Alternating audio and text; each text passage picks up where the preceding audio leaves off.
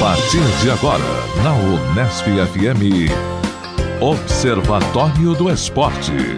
O programa que dá bola a todas as modalidades esportivas.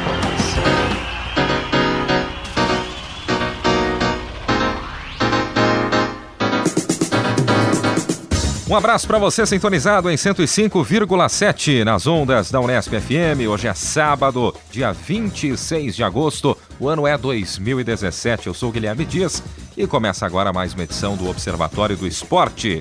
No Observatório, informação e análise dos acontecimentos esportivos da semana. Nesta edição vamos falar sobre a cinematografia esportiva brasileira e mundial. Há espaço para a representação de filmes esportivos no mercado do cinema? Para debater o tema, conversamos com o crítico de cinema e escritor do site Salada de Cinema, Pedro Chamon. O escritor e roteirista José Roberto Toreiro. Também entrevistamos Antônio Urano, um dos organizadores do Festival Internacional de Filmes de Esporte, e o professor Vitor Melo, que pesquisa cinematografia esportiva pela Universidade Federal do Rio de Janeiro. Portanto, fique ligado, já já este será o tema na matéria desta semana. Aqui no Observatório a informação vai além das quatro linhas. Hoje time completo, com Zeca Marques, Carlo Napolitano e também com Tuca Américo. Vamos começar com o Carlo Napolitano hoje, até porque ele sempre traz a sessão Abraços, E hoje temos uma sessão especial até para colaboradores da Unesp FM. É isso, Carlão? Um abraço para você. Abraço para os aniversariantes da semana. O querido Pepa, Grande Paulo Pepa. Pro Nasralla. Sim, Eduardo Nasralla também. Nasralla e pro Silvestre. Poxa, Silvestrinho Oliveira também. Só gente boa, fazendo aniversário essa semana. Um abraço pra todos aí, feliz aniversário. Quantos aniversariantes, nessa semana, nesse finalzinho. Vamos pagar do mês o churrasco. De agosto. Pois é. Carlão, podemos começar com os seus tópicos. Antes, o Zé. Deixa eu engatar um abraço, porque o nosso colega de departamento, Murilo Soares, aposentado a partir deste mês, também é um ouvinte da Unesp FM, do nosso programa. Fica um abraço para o Murilo. Abraço, Murilo. Legal. Bom, depois da sessão recheada, de abraços, vamos aos temas. Começando com o Carlão, o que você separou pra gente essa semana, vamos falar Carlos? de basquete, Faz tempo que você não fala basquete. Eu falo de basquete, com saudade. De vôlei, o Zeca da portuguesa. Vamos falar. Quem fala português é o Guilherme. Eu só puxo o assunto depois. Então vamos pro basquete. Acho que todo mundo deve ter acompanhado, aí teve uma repercussão grande na mídia, os 30 anos do jogo Brasil-Estados Unidos pelo PAN, de 1987, que o Brasil venceu aquele campeonato e foi a única derrota do basquetebol norte-americano em solo americano. Então até no portal Globesport.com tem uma entrevista com o David Robson, que era o grande jogador da seleção americana, e contando histórias e tal. E tem até alguns episódios que ele desmente. Segundo Oscar Schmidt, ao sair pro intervalo do jogo, ele viu o time dos Estados Unidos comemorando com champanhe já e fazendo festa. E segundo o David Robson, isso é uma mentira. E a cada ano que passa, essa história ganha mais volume, ganha mais histórias, relacionadas ao jogo. Mas também chamou a atenção foi a repercussão esportiva relacionada a isso, que a matéria do Globesport.com tratava do jogo que mudou o basquete, que depois desse jogo os times começaram a jogar um basquete mais com chutes de 3 pontos, que tinha recém sido inaugurada ali essa linha, e os times americanos jogavam mais embaixo do garrafão. Então até um comparativo aí para a moçada que gosta de basquete hoje, mas não acompanhou, aquela seleção é comparada com o time do Golden State Warriors, que é um time que faz muito arremesso de 3 e vence os jogos dos campeonatos. Mas, Carlão, eu acho que esse jogo teve um impacto muito grande aqui para o Brasil, porque foi uma vitória em solo americano, como você disse, apesar de ser um Pan-Americano, e para o Pan-Americano os Estados Unidos nunca mandam uma seleção... Era a seleção universitária, top, Universitária. Mas para o Brasil acho que teve uma importância muito maior. Para eles, acho que o vexame de ter sido derrotados em casa é que acabou provocando, de certa forma, o surgimento do Dream Team anos depois. Então, mas no ano seguinte, em 88, eles perdem as Olimpíadas, né, Zé? Então essa sequência fala, vamos mudar a regra dos Jogos Olímpicos, agora pode ter profissional nos Jogos Olímpicos. E aí fazem aquele Dream Team de 92 em Barcelona, que eu acho que nunca vai se repetir na vida. Com certeza. Porque um time que tem Michael Johnson e Michael Jordan, acho Magic que Johnson. Magic Johnson e Michael Jordan, acho que é impossível repetir Larry Bird. dois astros como esse. Não, mas acho que vou ficar com os dois tops, né? Que, aliás, a gente fez aqui uma lista recente Do Oscar. motivada pelo Tucamérico. Quais os basquetebolistas da sua lista? Não, na verdade, o mote era a lista do Oscar. Do né? Oscar, Schmidt, que exato. achava que o maior jogador, na opinião dele, Oscar Schmidt, foi o Larry Bird, porque jogava do mesmo jeito que o Oscar, né? Legal. Tirando o basquete, tem Não, mais acho que algum também é um tópico? comentário, você pode também comentar sobre isso. Eu achei interessante durante a semana, não sabia, as transmissões do Bauru Basquete pelo canal 3 da NET, pela TVC aqui de Isso. Bauru. Então eu achei legal, eu estava mexendo no Facebook e a primeira informação que tinha no meu Facebook era essa, eu assisti um pedaço do jogo, o meu filho acabou chegando em casa e falou, pai, tá passando na televisão também, no canal 13, eu liguei, achei legal. Né? O teu colega, o Rafael, espetacular, ele narra o jogo e no meio da narração ele já coloca a publicidade ali, então é genial, achei legal, e é legal ter uma outra forma de ver o jogo, né? Mas aliás, a TVC, né, é bom a gente até esclarecer, quem tem a TVC, que é o canal 13 da NET, como você citou, né Carlos, está tendo a chance de acompanhar tanto o campeonato paulista de basquete. Isso daí é uma iniciativa, não tem a ver com o Bauru Basquete propriamente, tem a ver com a própria TVC, com sua equipe esportiva e principalmente com a equipe esportiva da Rádio Auriverde, nossos companheiros da Rádio Auriverde. E também o Noroeste está utilizando aí o próprio clube, né, através de contratação de narrador, de comentarista, também na TVC fazendo transmissões da Copa Paulista. Então é um canal que está abrindo espaço para o esporte local. Não está transmitindo ainda o vôlei, até tentaram uma parceria também para a transmissão do vôlei. A Federação Paulista de Voleibol não autorizou, diferentemente da Federação Paulista de Basquetebol, pelo menos para essa primeira fase. legal, e tem mais um comentário aqui, hoje, 26 de agosto, aniversário do Palmeiras. Opa! Né? Então a dona do time, a senhora Leila Pereira, está fazendo uma exposição na faculdade dela lá em São Paulo, na Faculdade das Américas, sobre a história do Palmeiras, em especial a partir de um jogo chamado o Jogo da Virada, que é de 1942, quando o Palmeiras muda de nome de Palestra Itália para Sociedade Esportiva Palmeiras. E lá estarão em exposição, Tuca, as principais taças do Mundial? Tá, do Mundial, tá lá. Então a reportagem falava isso, a do Mundial de 51, a Libertadores 99 e o Brasileirão do ano passado. Então tá lá, tem a prova, os palmeirenses quiserem ir, tem a prova do crime ali, o Mundial de 51.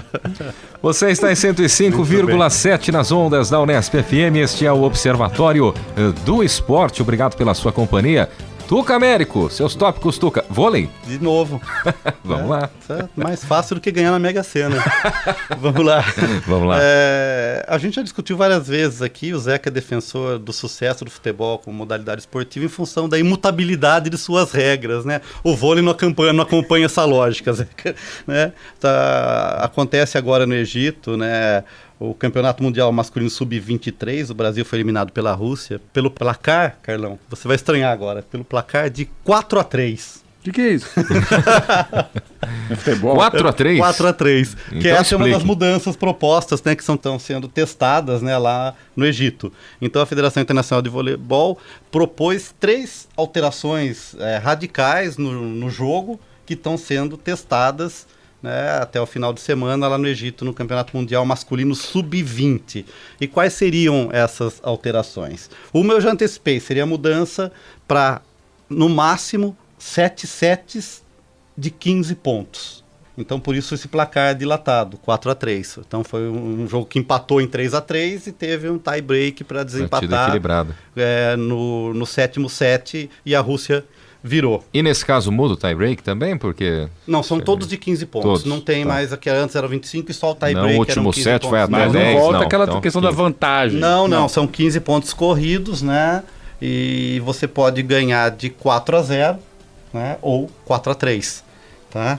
Então essa é a primeira mudança. E o que você pensa a respeito? Então, deixa eu falar as outras mudanças, daí a gente faz um comentário geral, Zeca. As outras 2 mudanças que eu acho que são mais radicais é que o sacador não pode mais, no saque viagem, invadir a quadra. Ele vai ter que pular e cair antes... Invadir por cima, pelo ar. pelo ar, ele não pode cair dentro da quadra. Certo. Ele tem que sacar e cair fora da quadra. E isso vale também para o ataque da linha de fundo, aquele ataque que a gente fala da linha dos 3 metros. Ao atacar, ele não pode cair dentro da linha dos 3 metros. Né? Então, acho que são mudanças muito radicais. Já houve um teste, alguns anos atrás, em que o jogo era totalmente invertido. Também foi testado, não foi aprovado, foi abolido. A mudança anterior era que o jogo só poderia ter ataques atrás da linha dos 3 metros. Né? E o jogo ficou muito truncado, muito previsível, porque fica muito mais fácil marcar o bloqueio. Então eu acho que essas mudanças não devem... Eu acho que talvez a única mudança que teve uma recepção interessante pela comunidade do vôlei foi a questão da mudança da pontuação. E talvez fique mais dinâmico o jogo. Mais dinâmico, né? Eu fiquei pensando, se o cara vai fazer o saque e tem que pular e tem que cair antes da linha não tem mais da o quadra, porquê... ele vai ter um esforço físico muito grande. E ele vai pular, cair, ele vai ter que fazer uma desaceleração e vai ter que acelerar de novo para receber a bola, porque essa bola já vai estar voltando. E você vai privilegiar uma coisa que eu não acho legal, os jogadores cada vez mais altos. Né? Porque o jogador mais alto vai ter uma facilidade maior para fazer um ataque reto, né? Porque não sei se você sabe, quando eu estudei voleibol na Faculdade de Educação Física, o saque era definido como a ação de colocar a bola em jogo. Hoje o saque não é mais definido como isso, mas sim como o primeiro ataque, né? Então acho que isso tira um pouco Mas eu acho da magia. Que a intenção, né? Quando a gente tem um vestibular, eu gosto de ver as propostas de correção dos cursinhos vestibulares. Então, eles querem entender qual que é a lógica do examinador. Eu acho que a lógica dos legisladores das regras é justamente fazer com que o saque não seja mais esse... Primeiro ataque. Primeiro ataque. Colocar a bola em jogo. A bola em jogo. Né? E o corte, né? O ataque final, o atleta não pode invadir a linha mais próxima da rede, é também para fazer com que o jogo fique um pouco menos violento. Porque as equipes masculinas hoje fazem um vôlei que, para mim, pessoalmente, é muito chato de se assistir. É muito ataque, muita violência de bolas. Sim, mas se você vê, eu também concordo em parte, Zeca, mas aí na última liga houve um estranhamento, porque houve muita defesa. Sim. Eu acho que cada vez o esporte evolui e as pessoas, os técnicos começam a treinar outras áreas que são deficitárias, né? Os opostos também estão ficando mais altos, mas os bloqueios também estão ficando mais altos. E o toque no bloqueio está facilitando a defesa. Então, acho que nessa última liga teve bastante rally, como a gente chama, tempo de bola em jogo, né?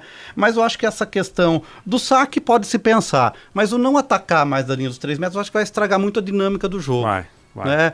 Então eu acho que talvez, vamos esperar aí o resultado desse teste, mas eu acho que como nos testes anteriores, essas mudanças não devem ser implementadas por afetar demais a dinâmica do jogo, né? Então vamos esperar aí, mas a princípio eu também sou a prova, acho que é interessante a questão dos sets, da mudança no número de sets, em vez de ser melhor de 5, é melhor de 7. O duro é falar 7-7, fica repetido, né? Meio complicado. 7 sets. 7 sets, tá? E a última é uma imagem, não sei se vocês acompanharam aí durante a semana, né? Uma imagem que acabou não sendo tão repercutida, mas é uma daquelas imagens que quem viu vai deixar guardada na memória em relação ao esporte, né? E o que aconteceu? Acontece que o senhor Fernando Alvarez é um nadador do Masters, que estava disputando um campeonato de Master em Budapeste, né? Ele é espanhol e em função desse atentado terrorista que aconteceu na Espanha durante a semana, ele pediu à organização do evento, né, que na prova que ele participasse fosse dedicado 1 minuto de silêncio em memória às vítimas, né, ou em represália, em manifestação contra os ataques terroristas. E a organização do evento disse que não tinha 1 minuto disponível para essa manifestação, né, para essa homenagem às pessoas que foram feridas ou mortas durante o atentado. E o que o Fernando Álvares fez? Ele simplesmente, na hora da largada, ele ficou 1 minuto em sua posição e só depois de 1 minuto ele se lançou à piscina e chegou em último lugar, né? E ele fala que o sentimento que ele teve ali foi melhor do que se ganhasse todos os ouros do mundo. Então acho que é uma imagem bonita, né? E vamos deixar aqui nosso repúdio à organização do evento, que não teve a sensibilidade. Eu iria trazer esse destaque, Tucamero. Quando eu vi que você anunciou que iria falar sobre isso, mas fica aqui louvação à atitude do atleta, do nadador, e pena que os outros não puderam também compartilhar com ele esse momento. Sim. Seria interessante um tiro de largada dado pela organização da prova e todos os nadadores ficarem imóveis até que houvesse um outro sinal que indicasse o início da prova. Sim, né? Um cancelamento da saída, da largada, e isso fosse repetido, né? Mas fica aí uma daquelas imagens que só o esporte pode proporcionar pra gente. Você está em 105,7, este é o Observatório do Esporte aqui na Unesp FM. Então, Zeca, vamos aos seus tópicos. Eu vou falar sobre o quê? O que vocês acham? Portuguesa? Não. Seleção portuguesa. Também não. Benfica. Nem puxei hoje para não influenciar a seleção portuguesa. Eu vou falar sobre Wagner Mancini, que atualmente é o técnico do Vitória e que no sábado passado cometeu a proeza de vencer o Corinthians em Itaquera. Corinthians que não é mais o líder invicto. Aliás, é líder, mas não é mais invicto no Campeonato Brasileiro.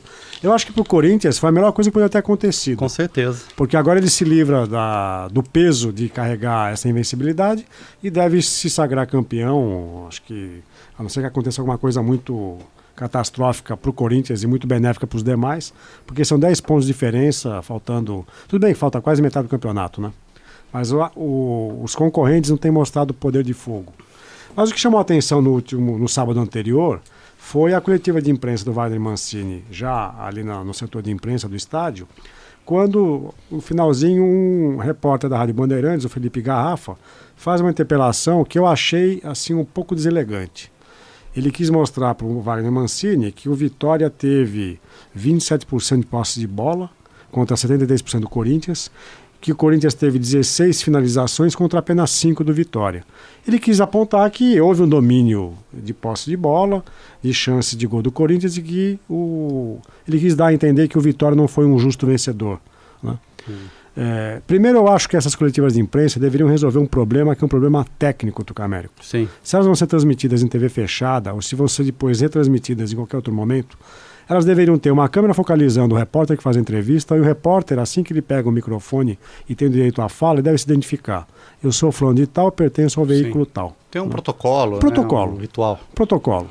E acho que se isso é feito num espaço desses, tem que ter uma câmera que mostre a pessoa. Porque a gente fica ouvindo um áudio, não sabe quem é, normalmente não se identificam as pessoas que fazem as perguntas, e o Wagner Mancini exigiu: quem é você? Qual que é o seu nome? Até de uma outra maneira também pouco elegante.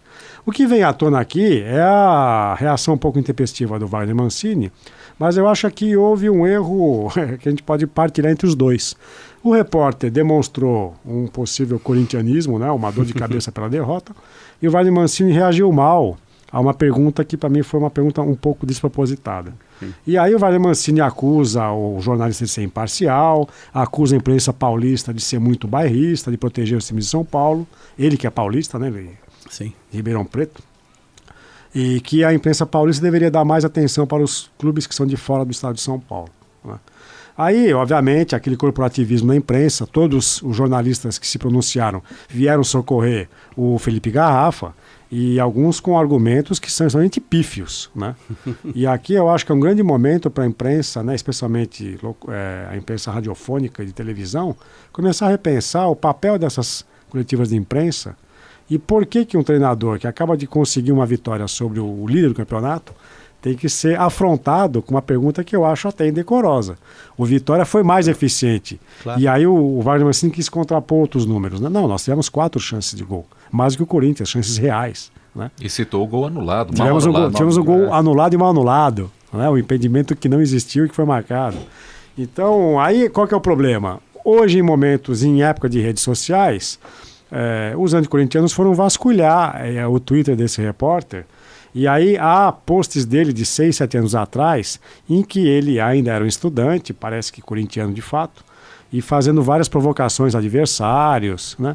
Bom, então 2 coisas. Eu acho que essa caça às bruxas, né, é quase uma prática macartista de buscar o que o repórter faz para quem ele torce. Eu acho que isso é reprovável. Agora, se ele é um repórter que defende um veículo importante como a Rádio Bandeirantes, ele deveria ter o cuidado de apagar essas postagens. Ele não é mais o garotinho de faculdade que pode provocar os amigos e pode fazer postagens irresponsáveis. Ele é um profissional de imprensa, ele tem que zelar por isso. E ter certa imparcialidade na hora da pergunta. Né? Mas eu acho também, viu, Zeca, que há uma classe de jornalistas que querem essa provocação, né? Que fazem as perguntas com o intuito de ter uma resposta ríspida ou mal educada para poder repercutir isso, né? E ter os seus 15 minutos de fama, que não é o papel do jornalista, né? Eu acho que o Corinthians ele bebeu do próprio veneno, né? Sim. Porque se for pegar todos os jogos do Corinthians que ele venceu, a maioria deles foi por 1-0. Com uma chance ou algumas poucas chances, o time considerado cirúrgico, né? Sendo eficiente, foi o que o Vitória fez. Sem posse de bola. Sem posse de bola, exatamente. Então, o mérito do Mancini é ter feito essa preparação do seu time. Não, ele diz isso, que a pergunta do repórter desmerecia o trabalho de estudo que ele fez ao longo da semana para preparar a sua equipe, pensando no jogo contra o Corinthians. Por exemplo, eu, como palmeirense, eu não gosto do jogo do Corinthians e nem pelo Corinthians ganhar. Mas eu não acho o jogo interessante. Mas houve Talvez se o Palmeiras jogasse assim, eu estaria feliz, mas não gosto. Mas houve uma discussão também em relação ao esgotamento desse jogo bonito de posse de bola, que por vezes não é efetivo, né? Você tem a posse de bola que ela fica rodando, mas que não acaba sendo efetivo e marca gol. Eu gostaria de, mais uma vez, fazer um apelo para que as assessorias de imprensa dos clubes permitam que os entrevistadores sejam identificados com imagem e com áudio, e não só os entrevistados. E eles podem, inclusive, fazer outras ações de marketing e merchandising, colocando um painel para que essas pessoas façam a pergunta à frente das marcas. Tudo isso pode ser pensado. O que eu não gosto é de estar vendo um programa televisivo e surgir uma voz fazendo uma pergunta para o técnico, para o jogador. Eu não sei quem é, porque ele não se identifica, eu não estou vendo a pessoa, e é um produto televisivo. Agora, é engraçado que técnicos de futebol e jogadores são tão indagados aqui no Brasil, né?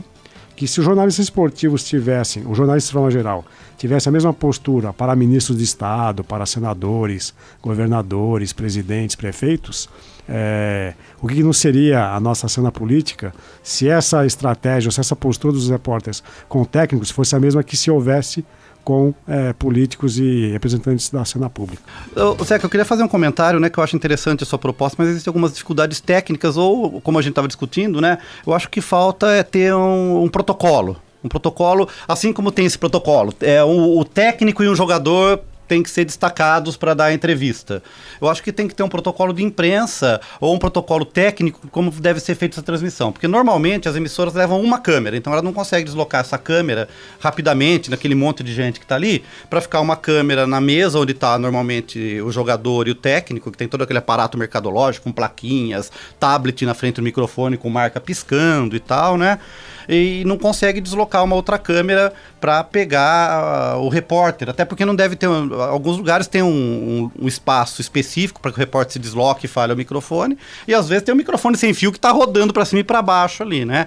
Então talvez se nos grandes campeonatos do Brasileiro, no Carioca, na Libertadores, devia haver um protocolo. Como é que é feita a transmissão? Quais são as características técnicas? Da onde eu tiro o áudio? Como é feita a transmissão? Quem vai oferecer as câmeras? Eu acho que isso enriqueceria muito a transmissão, né?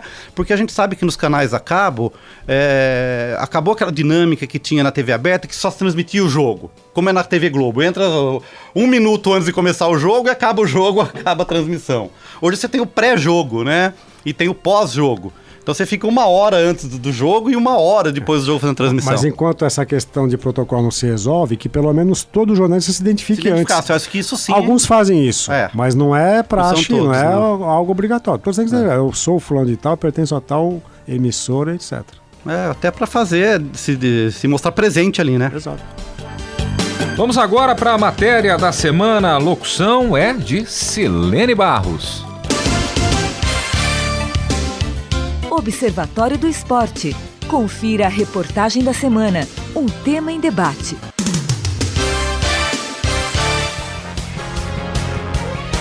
Em certa proporção, a cinematografia esportiva sempre teve um espaço reservado nas salas de cinema ao redor do mundo. No Brasil, a situação é um pouco diferente. A maioria dos filmes que faz sucesso por aqui geralmente traz uma temática cômica ou dramática.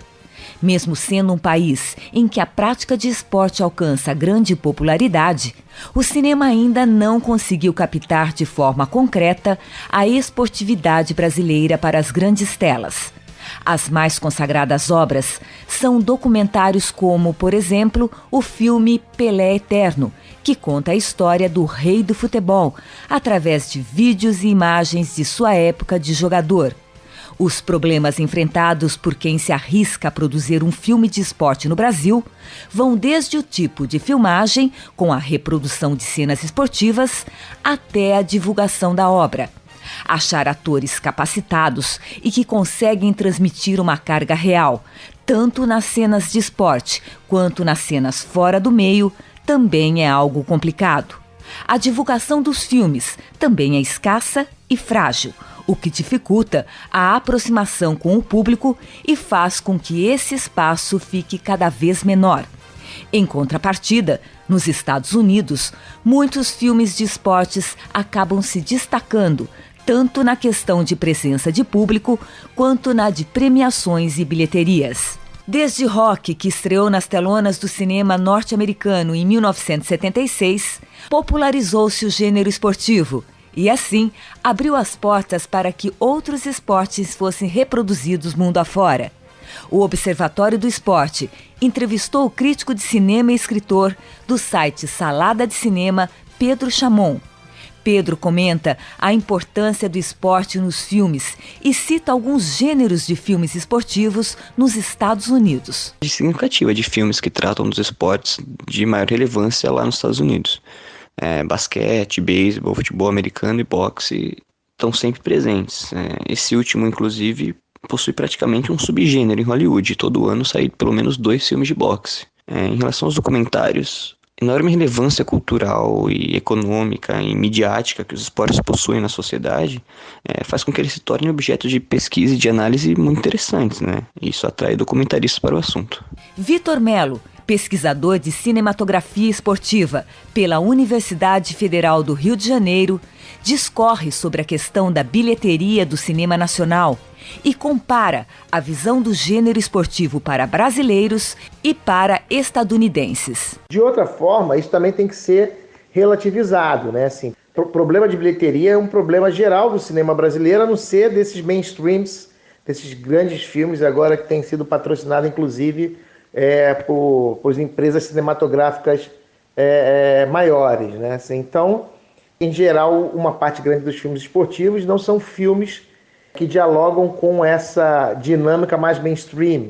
Filmes de comédia, filmes com atores das grandes redes de televisão. São filmes que correm mais na raia dos filmes mais alternativos, filmes mais de arte, né? Assim, ainda que alguns filmes que falem de grandes ídolos esportivos também tenham problema de bilheteria, né? Assim, então, o que se pode dizer, o que se pode supor é que a gente não definiu um gênero cinematográfico esportivo como fez, por exemplo, os Estados Unidos. Mas, assim, também os Estados Unidos é um dos únicos países do mundo onde filmes de esporte atraem grande bilheteria. Já no cinema nacional, o problema se concentra na expectativa em relação ao filme de esporte e à sua produção. A falta de apoio e o desconhecimento em relação às obras trazem um julgamento precipitado do público brasileiro.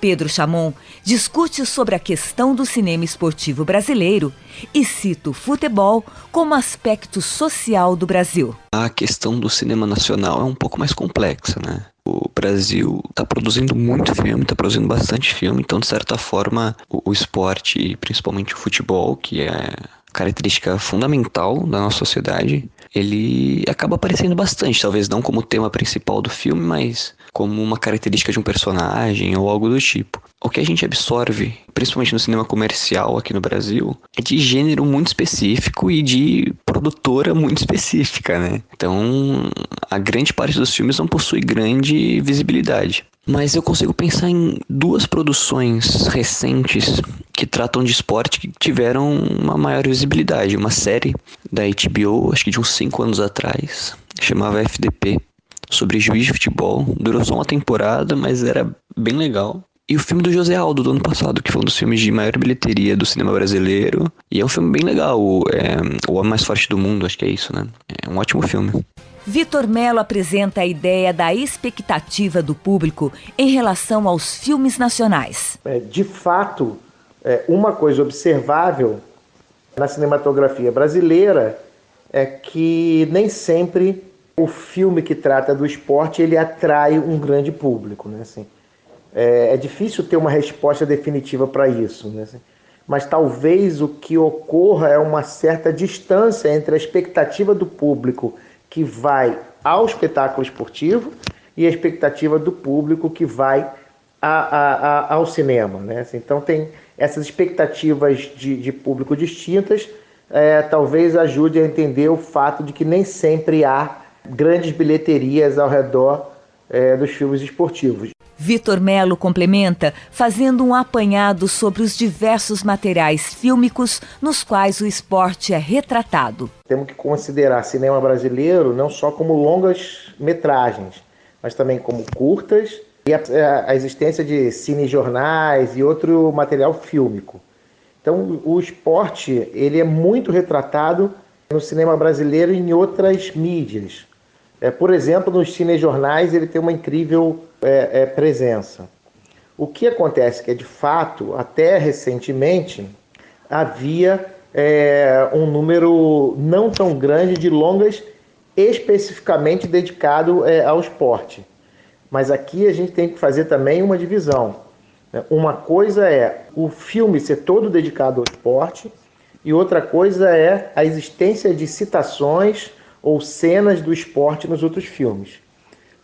Se nós considerarmos a presença de cenas ou referências ao esporte nos longa-metragens, a gente tem uma ampliação, uma presença maior do esporte no cinema brasileiro. Uma terceira coisa a considerar é que, na verdade, não se estudou muito a presença do esporte no cinema brasileiro. Então, existia a ideia de que essa presença era pequena. E quando a gente investiga a cinematografia brasileira, a gente percebe que há mais filmes do que a gente imagina. Um aspecto interessante é a dificuldade de transformar o ato esportivo de ficção no mais real possível para aproximar a obra cinematográfica da prática. A maioria dos filmes traz cenas de computação gráfica para retratar cenas reais do esporte, o que acaba atrapalhando o produto final como um todo. Pedro Chamon fala sobre a reprodução das práticas esportivas no cinema. Tirando o boxe, que como eu falei é um subgênero, ou outros filmes de artes marciais, a reprodução da prática esportiva é meio forçada e ensaiada demais, principalmente nos esportes em conjunto, o futebol mesmo. Nas poucas representações em tela que teve, assim, raramente parecia crível e legal de ver, assim. Bom, eu particularmente gosto desse enfoque maior nas relações entre os personagens e na carga dramática do filme. Acho que isso cria um filme tematicamente mais rico. Uma das grandes tentativas de divulgar os filmes esportivos veio por intermédio de Antônio Urano. Antônio é um dos organizadores do Festival Internacional de Filmes de Esporte, o FIFE, que tem como objetivo informar, valorizar e divulgar os filmes esportivos para todo o Brasil. Em entrevista, Antônio revela como foi esse processo e as motivações da criação do festival. Nós, pessoalmente, trabalhamos a vida inteira com o cinema brasileiro e a participação desses filmes brasileiros no cenário internacional. Então, nós percebemos que existem vários países, festivais temáticos, e dentre esses festivais, alguns festivais que se interessam por filmes de esporte. Nós somos aqui do Rio de Janeiro e o Rio de Janeiro estava se constituindo na época um grande palco de eventos esportivos. O Rio, como você sabe, ele concentra, pelo menos até pouco tempo concentrava a produção cinematográfica brasileira. E a gente quis unir essas duas vocações da cidade, que a gente considera duas vocações da cidade, que é o cinema brasileiro e a prática esportiva. Criado em 2011, o festival se aproximou dos recentes eventos esportivos que aconteceram no Brasil. Antônio complementa com as ideias que consolidaram o festival nos últimos anos. E tinha essa confluência de grandes eventos de esporte na cidade, né? Teve os Jogos Pan-Americanos, depois teve a Copa do Mundo, depois teve os Jogos Mundiais Militares, teve o Campeonato Mundial de Judô. E a gente pensou nisso culminando assim, um grande momento com os Jogos Olímpicos do ano passado. Então isso foi as principais motivações nossas e, enfim, foi muito bom e eu acho que a gente quer prosseguir com essa ideia. A ideia de valorizar os filmes que têm o esporte como motivação e também, através do cinema, você levar a informação dos esportes para o grande público. Porque todo mundo sabe como é que funciona um jogo de futebol, todo mundo gosta de futebol, um pouco sobre o vôlei. Mas assim, se você pega os esportes numa diversificação maior, o conhecimento é bem pequeno. Inclusive nosso, a gente está aprendendo com esses filmes. Então a ideia é essa, e foi por isso que nós levamos esses filmes, na última edição, a vários locais da cidade do Rio de Janeiro e também ao estado, outras pequenas cidades do estado do Rio de Janeiro. Apesar das dificuldades da produção cinematográfica no Brasil, existem exemplos de sucesso de crítica.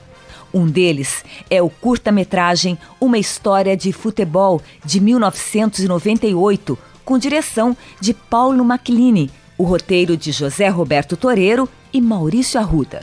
O curta é uma ficção de passagens da infância de Pelé, contados por um amigo de infância. Foi premiado nos festivais de Gramado, Brasília, Fortaleza e Grande Prêmio Brasil, além de receber indicação ao Oscar na categoria de curta-metragem de ficção filmado com atores. José Roberto Toreiro, um dos roteiristas, explica o que motivou a ideia de Uma História de Futebol. O curta-metragem ele tem uma história estranha. O Paulo Macchilini estava muito triste porque o Santos perdeu um jogo, né? E aí um amigo dele, um amigo do pai dele, falou, então vou te contar uma história para você ficar mais alegre. E aí contou que quando ele era jovem, ele jogou com o Pelé no 7 de setembro. O Paulo gostou muito dessa história e pediu para eu fazer um roteiro a partir dela. E aí eu chamei o Maurício Arruda e nós dois juntos fizemos o roteiro do Uma História de Futebol. Para José Roberto, um dos fatores para o sucesso do filme foi a abordagem de uma história de criança. Acho que a coisa mais difícil foi dar o mais importante nessa adaptação da história para um roteiro, foi deixar a história bem humana, né? Transformar numa história de criança mesmo, que acabou sendo, acho que, um dos fatores de sucesso do filme. Então não é uma história de futebol só, né? É uma história de criança. E aí ele consegue interessar todo mundo. Se fosse de futebol, talvez não interessasse. Mas como é uma história de crianças, aí sim, porque todo mundo foi criança. Mesmo quem não gosta de futebol, pensa na infância, pensa nos amigos, nas disputas que teve. E aí o curta ficou mais universal. Por último, Toreiro retrata alguns motivos para o futebol não ser tão aproveitado no cinema. O cinema não aproveita tanto o futebol porque ele é muito difícil, o futebol, de filmar e de representar.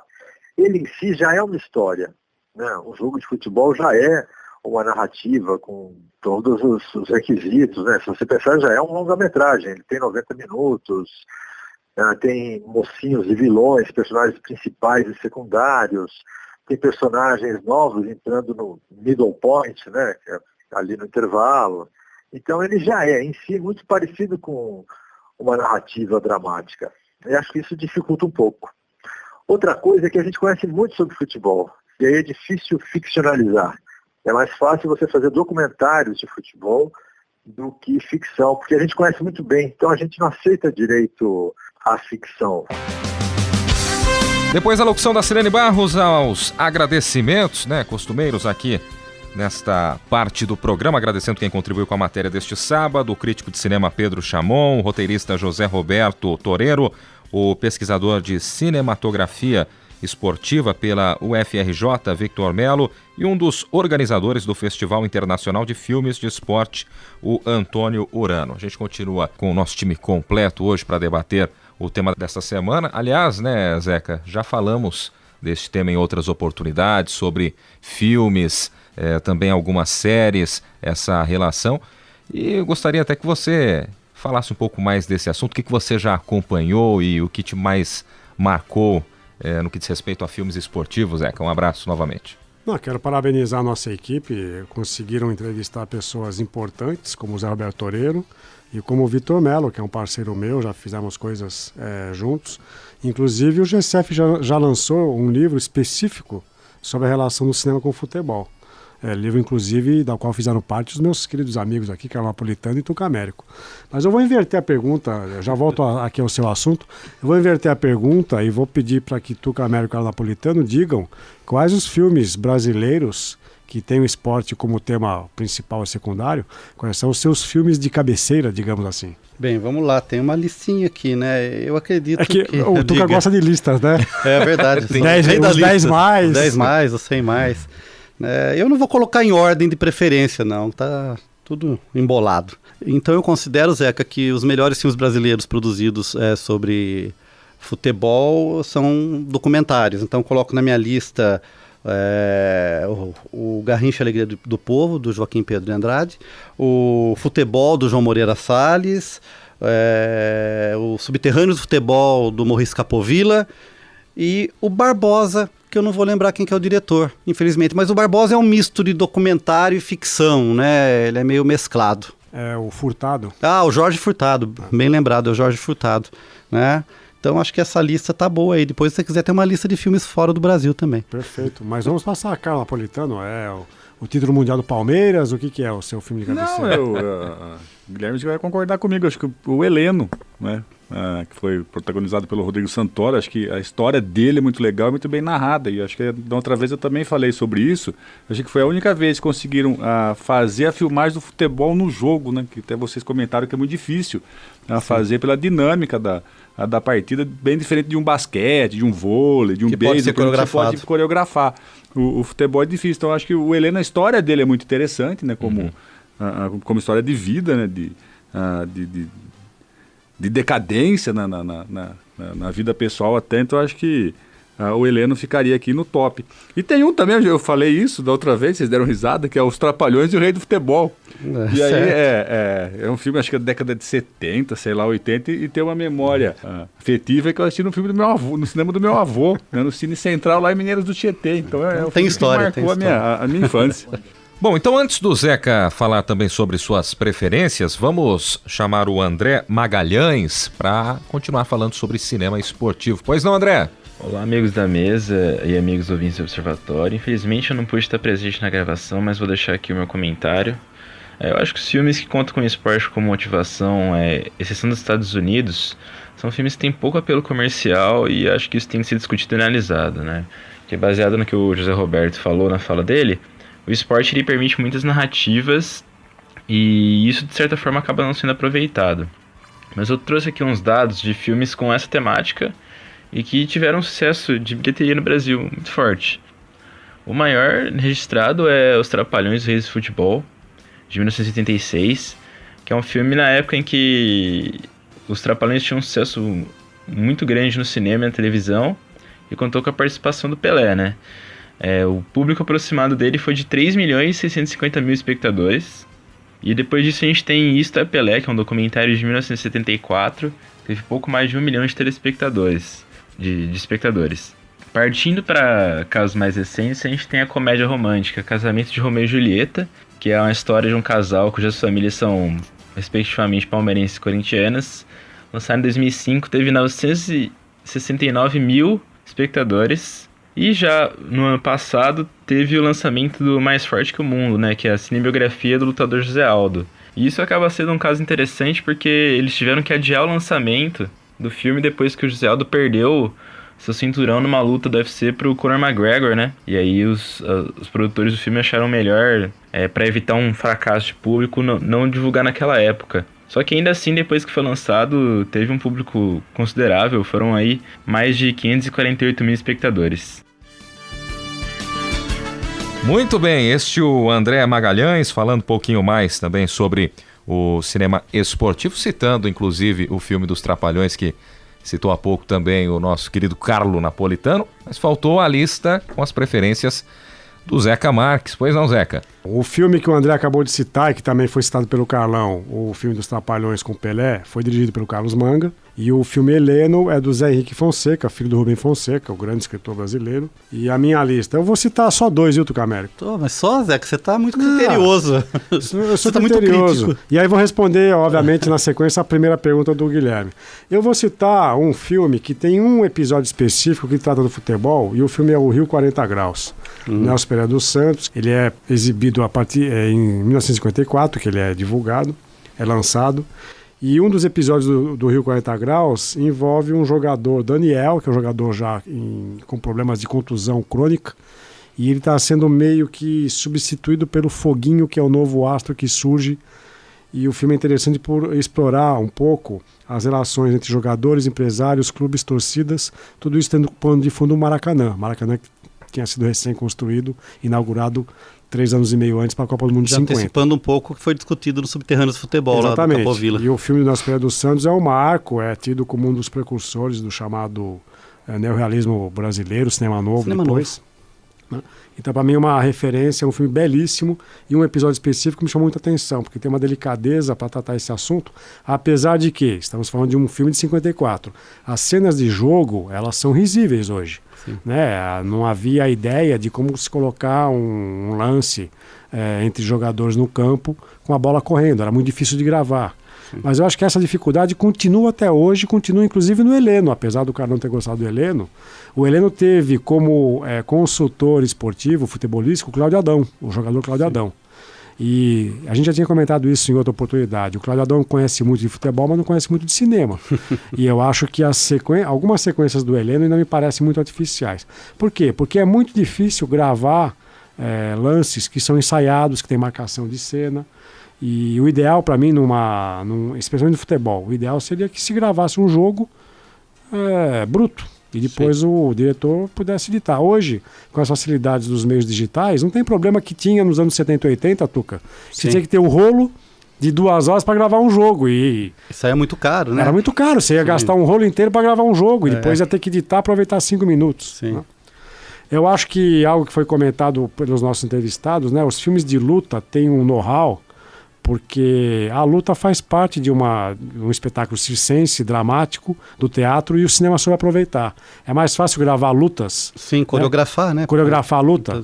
Então, tanto para o MMA como para o boxe, que foram os casos citados, do que o futebol. E já que eu estou falando do boxe, um filme internacional, eu fico uma referência nacional, uma internacional, é o filme O Campeão, do Franco Zeffirelli, que é justamente um filme sobre boxe, um filme sensível. As pessoas saíram chorando do cinema ao fim das sessões. Sim, eu assisti isso nos anos 70, lá no Cininelli, em Botucatu. Pois é. Então fico as minhas 2 referências. Agora, Ô Zeca, deixa eu fazer uma nota aí. Eu fiz uma lista aqui de alguns filmes internacionais, e como você falou dos filmes de luta, né? Então eu vou confirmar que na minha lista, a grande maioria dos filmes que eu prefiro, os filmes internacionais, retratam o tema, ou tem como tema as lutas. Então eu vou colocar aqui o Touro Indomável, que é um filme do Martin Scorsese com Robert De Niro. O Menina de Ouro, que é um filme do Clint Eastwood. O The Wrestler, que é um filme onde o ator Michael Rourke faz um lutador de luta livre, né, decadente.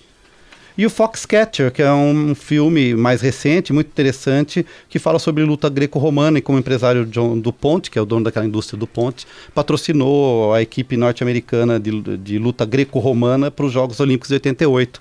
E para completar a lista, aí tem só mais um filme que não se trata de luta... Não, desculpa, 2 filmes. O Invictus, que também é do Clint Eastwood, que é sobre rugby, e o Carruagens de Fogo, que vai falar aí sobre os primórdios dos Jogos Olímpicos. Legal, aproveitando então para falar também sobre o cinema internacional, cinema esportivo internacional, vamos ouvir o Sérgio Pantolfi. Pois não, Sérgio? Olá, amigos da mesa, ouvintes do Observatório do Esporte.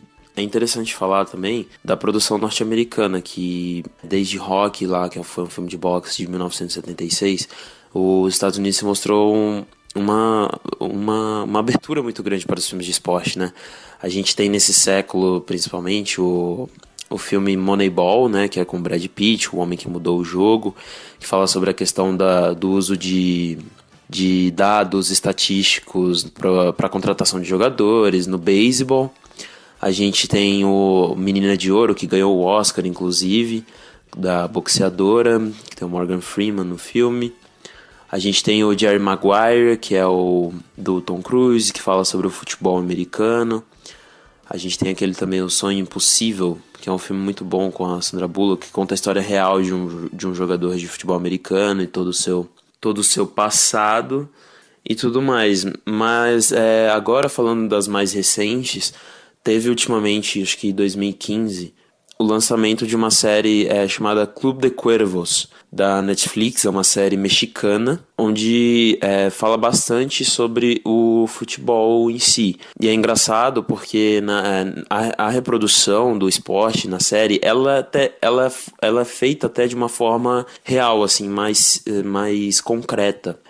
Porque tipo, as cenas são filmadas realmente num estádio, com atores que praticaram esporte antes de começarem a fazer a série, que estavam ali, que eles são bons tanto na participação da série, tanto quanto na hora do esporte. Fala sobre o time de Cuervos no campeonato mexicano, fala sobre o relacionamento de jogadores com técnicos, a corrupção que tem no mundo do futebol, a questão financeira dos clubes. Então é uma série bem interessante aí para quem gosta de esporte, principalmente futebol, quer acompanhar. Tem alguns outros documentários interessantes também na Netflix, mas eu acho que essa dificuldade dos filmes esportivos se concentra mesmo na dificuldade de filmagem e reprodução. E nos Estados Unidos, onde se tem o polo cinematográfico, Hollywood e tudo mais, lá é onde tem o destaque de filmes tanto esportivos como qualquer outro gênero. Porque lá é onde tem o maior dinheiro, onde tem a maior receita, os melhores atores falando mundialmente estão lá. Então acho que essa é a grande questão da cinematografia esportiva, tanto no Brasil quanto nos Estados Unidos. Muito bem, este é o Sérgio Pantolfi falando um pouco mais do cinema internacional, né? E também falando sobre séries. Ele citou o exemplo da série do Netflix, Clube de Cuervos, e a gente conversava até em off aqui, uma série produção da HBO, FDP, né? Falava principalmente sobre arbitragem. E o Zeca até comentou que não gostou muito, Zeca.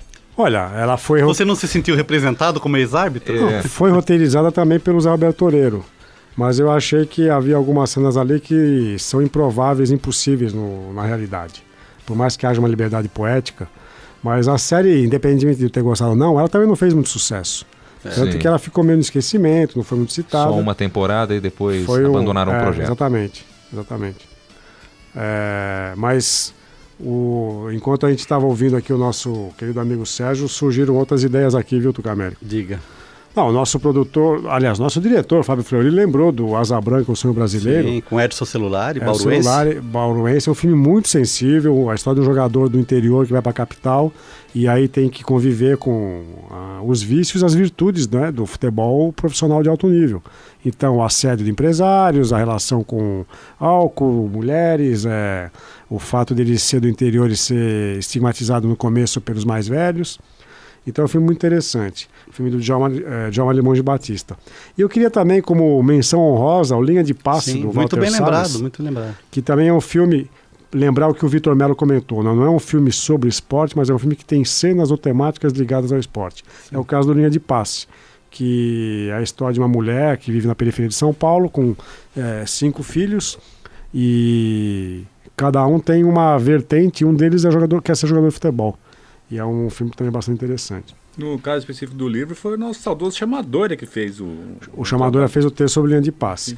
E vejam que os filmes de futebol, eles hoje têm até um outro patamar, né, outro status, porque além da iniciativa que foi citada na matéria, tem o Festival Cinefute, que é um festival anual que acontece no Museu do Futebol em Só com filmes com temáticas de futebol. Posso incluir na lista aí do internacional também? Opa, deve. Mais recente, a história do Niki Lauda, né, e a disputa dele num campeonato com o James Hunt, que ficou conhecido no filme como Rush. Né? E é bem legal também a história da vida do Niki Lauda, que sofre um acidente terrível, tem o corpo quase todo queimado, e volta no mesmo campeonato para disputar a corrida final e acaba ganhando o campeonato. Quer dizer, bem interessante também. E também o filme ali... muito fantasioso, né? Mas retrata bem esse episódio. A gente até falou do exemplo do Heleno, né? Vocês acham que faltam... claro que faltam vários e vários personagens, mas alguém que vocês sentem um pouco mais de falta, de que deveria ser retratado no cinema? Você fala um atleta, um esportista? Um esportista, por exemplo, o Ayrton Senna, acho que deveria ter alguma coisa um pouco mais específica. A gente citou aqui um filme que vai ser lançado agora, né, que está em fase final de produção, que é sobre o Éder Joffre. Né? Acho que é uma bela história, um grande atleta brasileiro, né, que vai ser retratado. Que merece, sim, eu acho que é um dos Alguém grandes. Mais que vocês acrescentariam nessa lista? Tem muitos. Há algum filme sobre Muhammad Ali hoje? Sim, tem um documentário, tem uma ficção também. E tem o Quando Éramos Deuses, né? Sim, que é um documentário sobre a luta na África. Sim. Né? Eu queria aqui lembrar um filme que é muito interessante, que cabe nessa categoria que o Zeca descreveu como filmes que tem o futebol como um dos temas, como pano de fundo, Sim. né? Que foi o documentário que ganhou o Festival Nem Tudo é Verdade em 2015, que chama O Futebol, dirigido por Sérgio Oxman. E na verdade é um documentário que retrata a relação do Sérgio Oxman, que não mora no Brasil, volta durante a Copa de 2014 para tentar se reaproximar com o pai, que fazia 20 anos que não tem uma relação próxima. E a única forma que eles conseguem se comunicar é discutindo futebol. É um filme muito interessante, muito bonito, muito sensível, né, que vale a pena ser conhecido. Legal, e você ouvinte do programa que acessa as redes sociais, curta nossa página no Facebook, o endereço é facebook.com/Observatório do Esporte. Acesse também o blog do nosso programa, o endereço é observatoriodоsport.blogspot.com.br.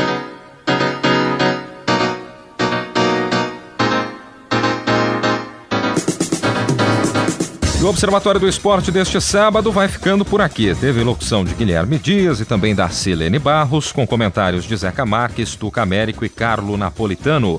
Equipe de reportagem: André Magalhães, Sérgio Pantolfi, Gabriela Brizotti, Tomás Garcia, Camila Gabriele, Aline Campanhã, Marina Borges, Gustavo Lustosa, Isaac Toledo, Ana Cristina Marcília e Luana Antunes. Direção: Fábio Fleury. Produção técnica: Paulo Pepa.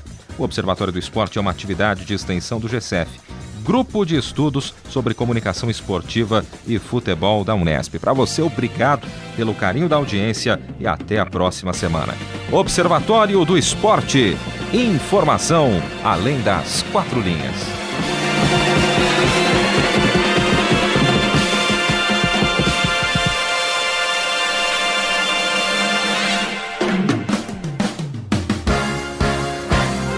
A Unesp FM apresentou Observatório do Esporte, o programa que dá bola a todas as modalidades esportivas.